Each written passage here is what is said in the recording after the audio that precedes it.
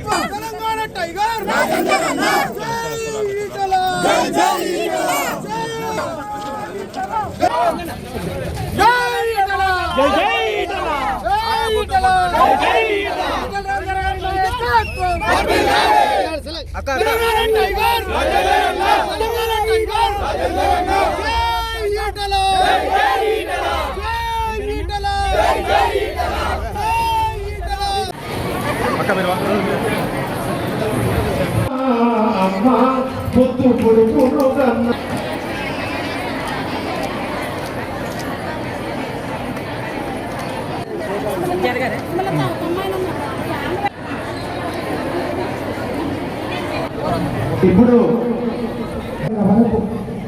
ఏ పండుగలైనా మనం కొలుచుకునేది, మొక్కులు చెల్లించుకునేది, పూలను సమర్పించుకునేది ఆడవాళ్ళకు, మహిళలకు మాత్రమే. ఇవాళ మహిళల ప్రోగ్రాం జరుగుతుంది. నేను ఈ కార్యక్రమానికి అప్పుడు రెగ్యులర్గా వచ్చేది. ఈ మధ్య కొంచెం ఒక సంవత్సరం విద్యలు తక్కువ వస్తున్నా. అంటే ఏ పిల్లలకైతే అమ్మ పేరు తెలియదు, ఏ పిల్లలకైతే నాన్న పేరు తెలియదు, ఏ పిల్లలకైతే నేను ఇక్కడ పిల్లలు చెప్పరు, అలాంటి పిల్లలకి భక్తి చెందడానికి వచ్చినటువంటి అమ్మలందరికీ శిరస్సు వంటి నమస్కరిస్తున్నాను. ఇవాళ కేవలం ప్రభుత్వాలు మాత్రమే అన్ని పనులు చేయవు.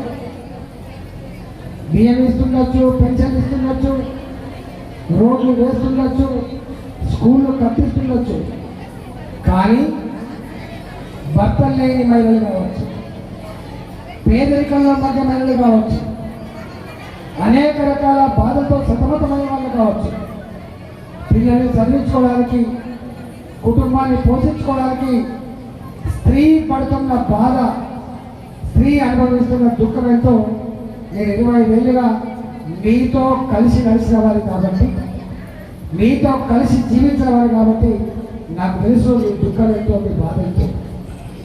ఏ కుటుంబమైనా ఇవాళ, ఏ కుటుంబమైనా అది చల్లగా ఉండాలంటే ఆ ఇంటి స్త్రీ పట్టించుకునే ఇల్లు మాత్రమే గొప్పగా ఉంటుంది.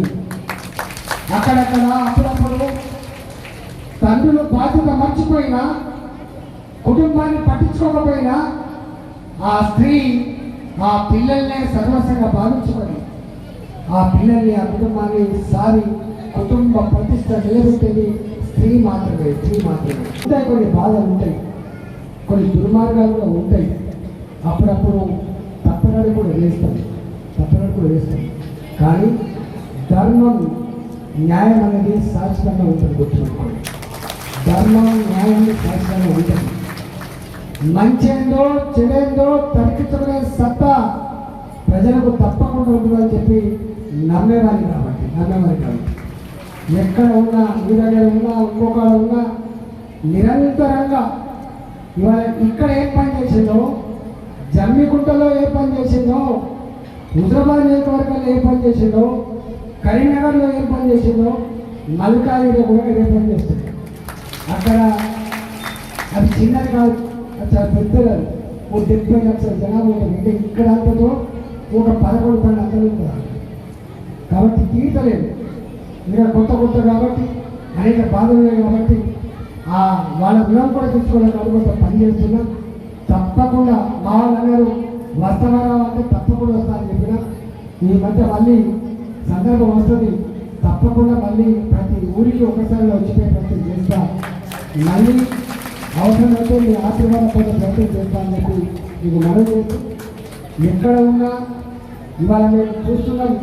ఆనాడు ఎట్లయితే దవాఖాన పని కోసం వచ్చిందో, ఎట్లయితే పిల్లల ఫీజుల కోసం వచ్చిందో, అవసరం ఆపదుందని వచ్చిందో, ఇప్పుడు కూడా వస్తువులు కట్టే వచ్చిన వాళ్ళు కొంతమంది రావట్లేదు, వచ్చే సత్తా లేని వాళ్ళు ఎక్కడ ఉన్నా నా ధ్యాసంగా మీకు అర్థమైంది. నిన్ననే కొట్టలు వచ్చిన ఒక 300-400 గుడిసెల్ని గుడ్ల దగ్గర కూర్చేసినప్పుడు ఆ కుటుంబాలు కాచిన కన్నీళ్ళ మీద ఎంతో చూసేట్టు నా గుడిసెలు కూర్చోకండి, పేదల గూడు చెదరకుంటామని చెప్పి నేనే కొట్టాలని చెప్పి వచ్చిన. ఈ సంవత్సర కాలంగా అసలు ఇక్కడికంటే హైదరాబాద్ చుట్టుపక్కల బస్తీలలో, హైదరాబాద్ చుట్టుపక్కల ఉన్నటువంటి చిన్న గుడిసెలలో ఎన్ని బాధలు చూస్తూ ఉన్నా.